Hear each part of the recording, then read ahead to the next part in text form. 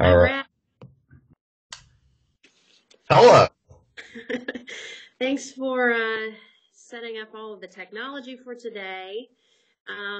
As you're aware, I'm working on a project for my doctoral program that asked me to interview another student in a online doctoral program about their experiences. And one of the things that I've found particularly unique about this program is the fact that it is cohort-based. So I'm going to ask you a series of questions about what your experiences have been like being in this cohort program, what your motivations were for enrolling, and how you see that you will finish this program. So does that all sound good? That sounds great. All right. So for starters, tell me a little bit about what you're working on in your doctoral program. So we are at the stage in the last year of coursework, working this semester on higher education law, and this class, which is qualitative research, big contrast to quantitative research, and an eye-opening class for me. So, we're at a point where we're really kind of in the home stretch with the coursework, beginning to experience a combination of excitement about being able to see the light at the end of the tunnel and some apprehension, that's the right word, about the dissertation, because I'm not 100% on what my topic will be. Had some conversation with one of our colleagues who's a year ahead of us and asking him about, how strong, at what point did you get total confidence and approval, and how did you get a committee, and, just starting to kind of worry about some of those aspects that I'm not sure how they unfold. Okay. But so I would say my headspace around our program right now is that combination of really glad to be nearing the end of coursework, but there's a whole nother thing to tackle after that. And so the degree program is what exactly? What is the degree program? People ask me this all the time, and I always have to Google it. This is ETSU's, but EDD, it's not specifically in higher ed leadership. It's college and community, or, and whatever it is. But we began in the 1 year, brand new. We were the first cohort, graduate certificate in community college leadership, which was designed always and marketed as an on-ramp to the full EDD. And so we had a little different first year of coursework that was very specialized largely specialized for community college practitioners, and then fed in. So we've joined an existing cohort of folks who were always in the EDD and did not approach it via the graduate certificate. So we are at a point though now where there is no even attempt, or nobody's even pretending that the content is specifically targeted for community college. Right. So I'm glad you made that distinction about the cohort for community college leadership being your on-ramp to the EDD program. And I think for the purposes of this interview, I would like to talk about that community college leadership cohort. I know that you've probably been introduced to people from various cohorts through the ELPA program as we try to patchwork all the coursework together. But I think that what's particularly unique about this program is that it did have a specialized cohort for folks at a community college. So my next question would relate to what were your motivations for enrolling in this specific online doctoral program? Well, the specific focus on community college. The fact that it was in state, certainly, so we have the ability to use some fee waivers to make our out-of-pocket cost fairly minimal in comparison to other programs. But I was really excited about the initial program, the graduate certificate in community college leadership. There was a request that went to the community college presidents in Tennessee and asking for each to nominate 2 people to be in the graduate certificate. Our president's office sent out kind of a call for interest, and even though the request to the president was 2 names, more than 2 of us were interested and more than 2 of us were nominated. And I'm very grateful that the program, ETSU, accepted more than 2 of us. So it did, I sort of originally expected to get in the room if I was accepted to the program. I expected to come in the room and have 13 community colleges, 2 people, from each, and be sitting there with 25 other folks. And that is not what happened. Not every community college was represented. We from Chattanooga State had more. I guess we started with 5 from Chattanooga State, and then we had colleagues in that cohort who were the lone representative from their institutions, and we had other institutions with maybe a couple. I don't remember there being. I have to rack my brain a little bit. I don't think there were other institutions with more than 2. So, sorry, I've lost the thread of your question, but why did I pick that program? Yeah, what was your program? Because I was eager not only to find a really nice way, a comfortable way to begin my doctorate, which is something that's been in the back of my head for many years, that I wanted to pursue it. I was a little scared of the GRE, to be honest. And so there was no GRE requirement for the certificate. And also was excited. I'm trying to think at what point I realized that the president of the university would teach the first class. Maybe that was a surprise when we got in there. There was some high level involvement from names that I knew.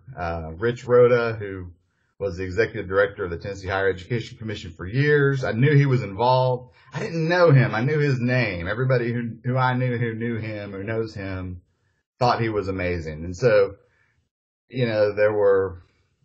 there's just some early indications that folks like the chancellor and different presidents, people who really shape policy in Tennessee, we're going to take some interest in this program and devote some effort into trying to make it a rich experience. So it was maybe a combination again of, it was sort of the easiest way that I saw to begin the doctorate, but also seemed like it was going to be a really high quality opportunity to expose myself to the context, the policy context, just the way that higher education, and particularly community colleges, are governed, and what's the strategy. Just give some insight into things that at the kind of mid-management level aren't always 100% clear in the day-to-day work. Okay, well, thank you. I just got a notification that my battery is low, so I'm going to scramble for a power cord here in just a second. But what would you say has been your greatest achievement in your doctoral program to date? I think the fact that I'm still in it. That sounds kind of like a smart aleck response, but it is my serious response. It was my year, since I began the program, the president of our college went and became the chancellor of the entire system, which meant that my vice president became our interim president, and I became the interim vice president, which was a good but very time-consuming experience. I got married you know, soon after we were married, my mother-in-law passed away. You know, I'm navigating a new marriage and also a wife who's actively grieving. And, you know, there's just a lot kind of happening beyond just this program. So I'm glad. And in all honesty, you know, the cohort, specifically the local cohort, the folks at Chattanooga State who are right where I am in this program have held me in it, you know, in a way that is not just professional, but also personal at some times. You know, you guys were at my wedding. You know, this is, we are important to each other in a way that I think has kept us going. Certainly that has kept me going. I really don't think that I would still be in the program if it weren't for the local cohort. Yeah, and I think for those of us that work in higher ed every day, we know persistence is a big deal. So it's not to be taken lightly. So the fact that you're still here despite all of those challenges, I think speaks really, really highly of you and also this cohort model.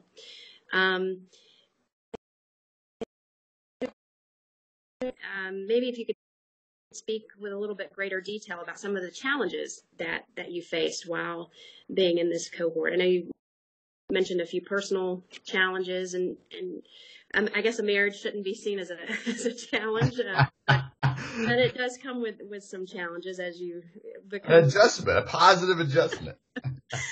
So maybe if you could just give me a little more insight into some of the things that have made it seem like pulling out of the program would be something that you would consider. You know, well, I give one really specific example, the internship, which we completed over this past summer, which had, I guess there's a way to view that course. It was 150 hours required in a summer.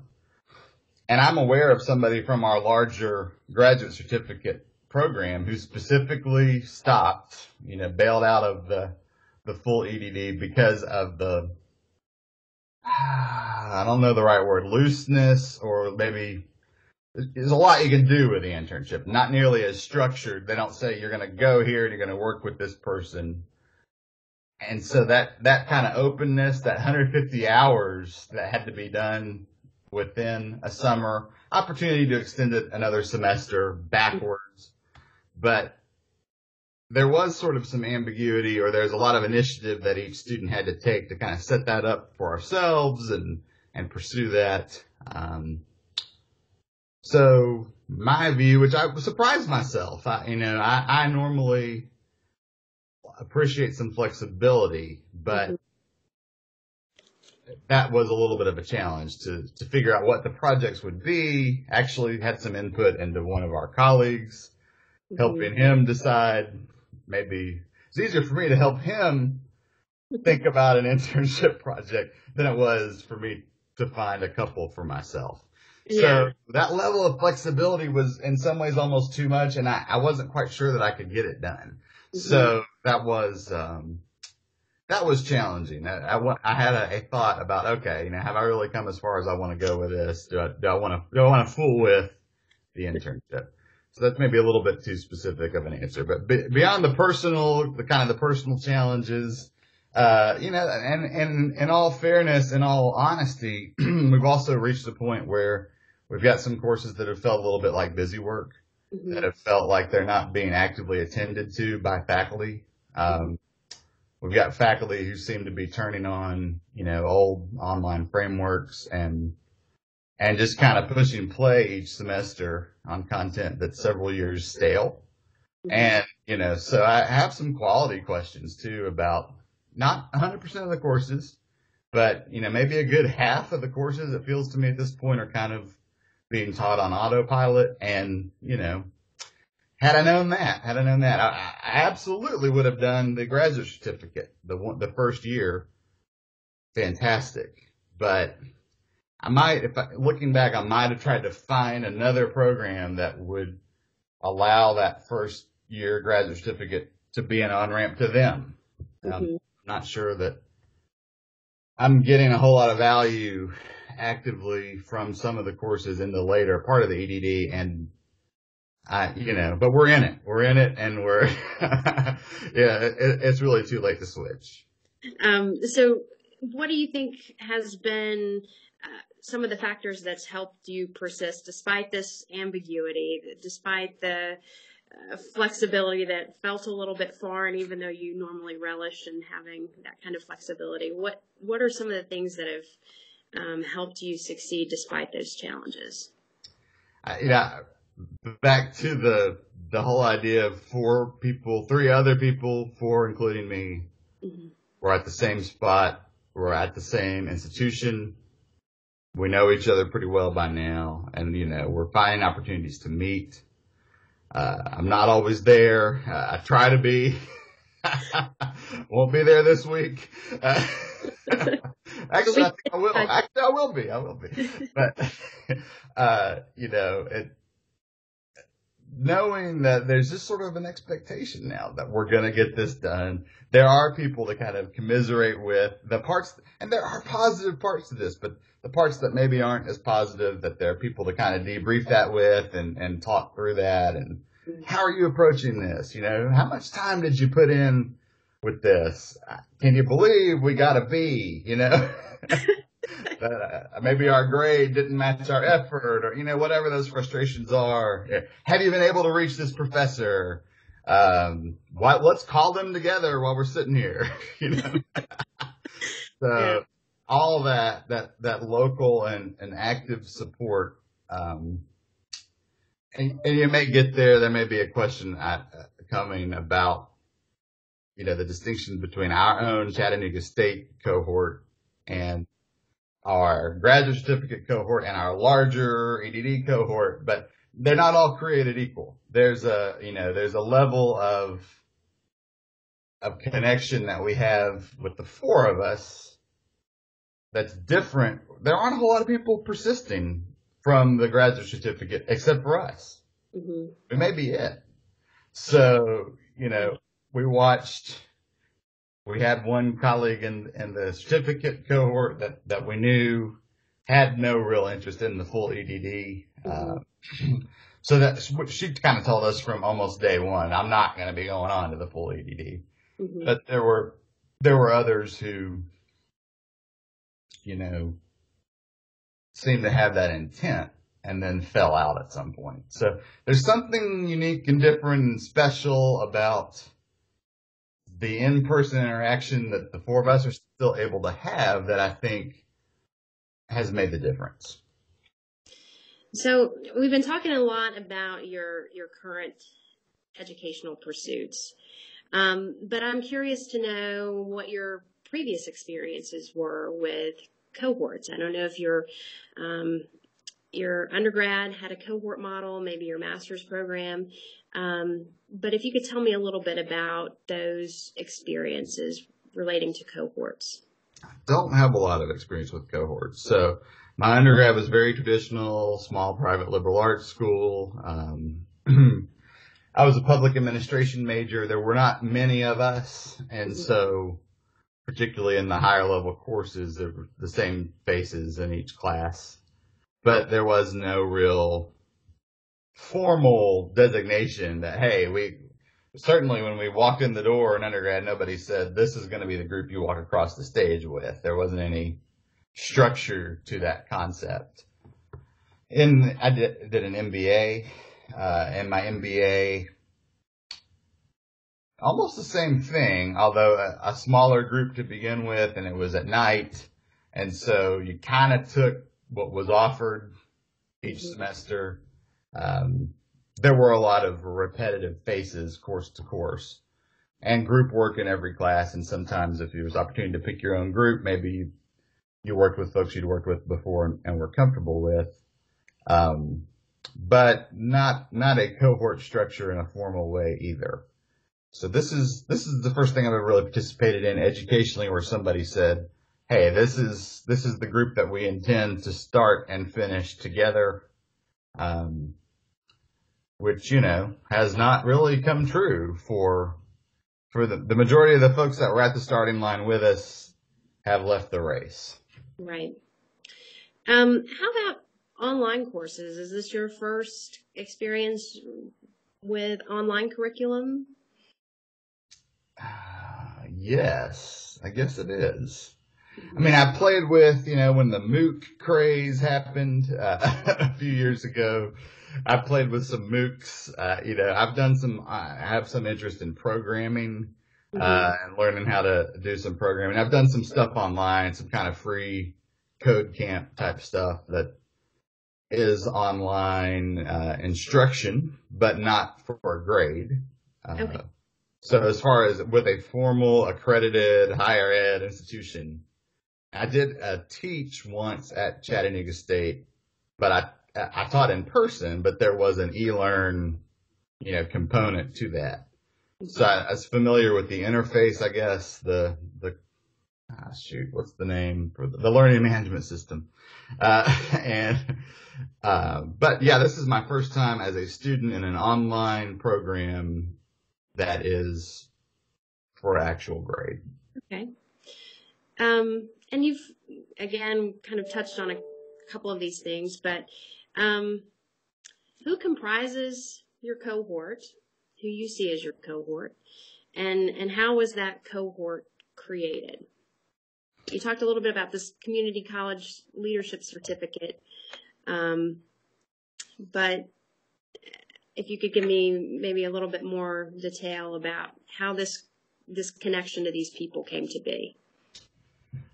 Okay, so yeah, I definitely would define my real and active cohort as the other people who work where I work, who are at the same point in this program as I am. So, I'm trying to think back and think there was an element, as I referenced, that the president was originally asked to just nominate 2 people. Mm-hmm. So I had expressed some interest. I think my boss may have actually suggested that I should pursue it, although I had looked at it myself and was interested. So I don't remember a whole lot of conversations around campus where we were calling each other and saying, hey, are you doing this? Because at first I think there's maybe an aspect of, well, I wonder if so-and-so is going to pursue this, but if we're only going to get 2 of us in, Yeah. Did you really want to encourage people? If I had known how it would turn out, I would wish there were 10 of us at the exact same spot. But there was an aspect at first of possible competition. Yeah. To get into the certificate program. So I think I remember having a moment of surprise when the list came out of who was going to be pursuing the certificate in the first cohort. And of all the Chattanooga State names, and they were a surprise to me, pleasant surprise, great group. But it wasn't coordinated. At least I wasn't part of any coordination to try to get, and we did start with 5. And fairly quickly, one of us left for some medical reasons, and, but we, the 4 of us have stuck it out. All right. So I guess this is time for the highlight reel. What is it that you particularly like about being in this cohort that kind of formed maybe originally, despite some elements of feeling like there's going to be a competition for 2 elusive spots, but what would you say is the positive aspect of being in the cohort, things that you particularly like? I like the cross-section of our campus that our cohort is. So we have you. So you've got this perspective as the director of our honors program, which is different. Honors, is an important, but not an aspect that we always think a lot about at community college. As an open access institution, I think we're often really worried about students who come in maybe really kind of underprepared. And so to think about services that we're providing to students who are maybe quite prepared and eager and able right away to be highly successful. You bring a different political perspective than I do sometimes, beyond just your professional perspective. We have our director of student support services, and she spends her days with her team kind of in the trenches, helping students one by one with whatever their needs are. And my perspective as somebody who's sort of responsible for enrollment services more generally, I'm thinking about our systems and our total processes that are trying to be designed to serve thousands of students a year, to smooth the way for thousands. And it's helpful to have somebody who can tell me, okay, cool, but what about the one? The old starfish story of the kid throwing the starfish back in the sea, and somebody says, there's thousands of these. How do you think you can make a difference? And he says, hey, I made a difference to that one. So, Michelle in our cohort that's the director I'm talking about. She's saving lots of starfish. And Andy from financial aid, not just from financial aid. So, he's not really management exactly in financial aid. And so he brings an interesting perspective as somebody. The financial aid office has this reputation for having to say no a lot and, for being blamed for students not being able to get into school. And so, but yet they operate with a lot of constraints, a lot of federal constraints and rules that they have to follow. And I think he seems to be sort of caught between understanding that there could be better efforts being made to make things clearer to students, but that there really also are these constraints. So he's got federal constraints. He also has the constraints of not always being in a position to make the change that he sees as needing to be made. So just a wealth of perspectives. There's nobody in the four of us coming from the same place. And yet we get along well enough to appreciate, and not just to tolerate, but to really be eager for the perspectives of the other people in our group. I think that's a fair assessment. Are there any drawbacks to being in a cohort? Are there challenges with having to work with other people from these diverse backgrounds, maybe professionally, politically, personally? None that I can think of. I wouldn't. When I said earlier, it's not hyperbole. I really don't think I'd still be in it. And I don't know if we'd all say the same, but I for sure can say that I would not still be in it without the group. And, no, I'm not aware of any that I would say are drawbacks. Okay. And how would you say your relationship with members in your cohort have impacted your learning? Are there examples of maybe having these different perspectives and or this relationship with other people that have changed the way that you approach learning, or maybe take something different out of a course than you initially thought you would? For sure. The specifics, it's hard for me to kind of put my finger on an exact example on the spot, but I could just think of countless times. I was posting in a discussion forum last night for one of our current courses, and I really try to get my thoughts out there before I read everybody else's, because I want to really kind of crystallize what I'm thinking before it's shaped by everybody else. Right. Just to kind of see what the contrasts might be. But we were talking about ethnography. I was reflecting on our video we had to watch for a previous course from Alice Goffman, and the criticism that she took for her work. And so I wrote quite a bit about that. Then I read what everybody else had posted, and you had posted about Alice Goffman. So we both, it had touched the same nerve for us both, but your take on it was quite different. Uh-huh. And, so it was very interesting to see that and to read that. I think that's the essence of higher education, is trying to expose lots of perspectives. And, I think we can do that. I sometimes feel constrained by what I think might be possible, given what I think I know about the college and the state and our structure and what I've heard priorities maybe and budget and, I think you all have really challenged me to kind of think beyond that and to remember that while I'm fortunate while I have the good opportunity to be an EDD student, I get to think about theory. I get to think about concepts. I get to, entertain ideas without having to feel the constraints of the daily work. And so that's important to be able to detach from what I perceive to be maybe some of the negative aspects of work and really think about how it could be. Mm-hmm. And I think you guys are the leaders on that type of thinking. Well, I just have one final question. Hopefully it'll wrap all this up, tie it together. But do you feel that cohort models should be employed in other online doctoral programs, and why or why not? Yes, for sure. I do wonder about, so the aspects that we've kind of talked about that I feel are really positive about the four of us. Can that be replicated without being physically on the same campus? Mm-hmm. Could we have the kind of conversation that we're having on Skype right now? Could you have 5 or 6 people participate in something like this and get the kind of value out of it that we get from meeting in person in the library?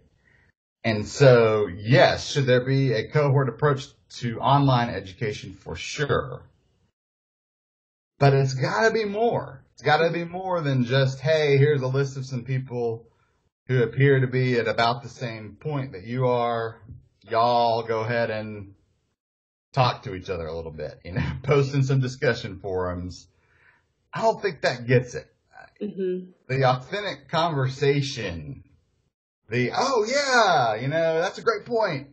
Let me follow up. That mm-hmm. the evolving organic conversation isn't happening in the discussion forums. It's not, the interaction level beyond the four of us, it's just really low. Mm-hmm. And, if the interaction that I was having with colleagues in the EDD program was limited to the level that we're able to have with folks who are not on our campus, I would think it's just not really valuable at all. So, we had some conversation among the four of us in one of our classes. It was one of those classes that I referenced that kind of was somebody turned on the course and said, all right, good luck.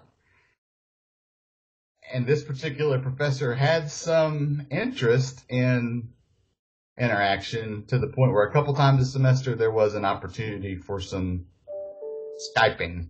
Mm-hmm. And we talked about, what if that was weekly? What if that, what if that was a lot more frequent? And what if instead of this professor talking, there was more of a back and forth? Yeah. So the structures are there, the technology's there. We have Skype, we have Adobe Connect, whatever the tools are. We have good internet connections most places that we are. And, honestly, my real preference would be more in-person interaction. Like we had in the certificate. Twice a semester, we were together for a day and a half. I think that was awesome. But if it was purely online, I think we need more of this kind of back and forth and less discussions that are constrained to written.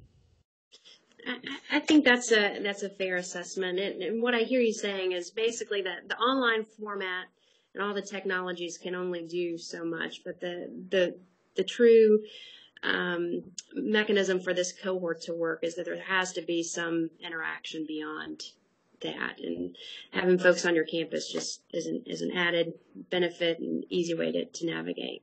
I think there has to be an opportunity to throw something out there and look at people's face and to have that instant realization that you've either said something that you've been taken completely wrong or not how you meant it.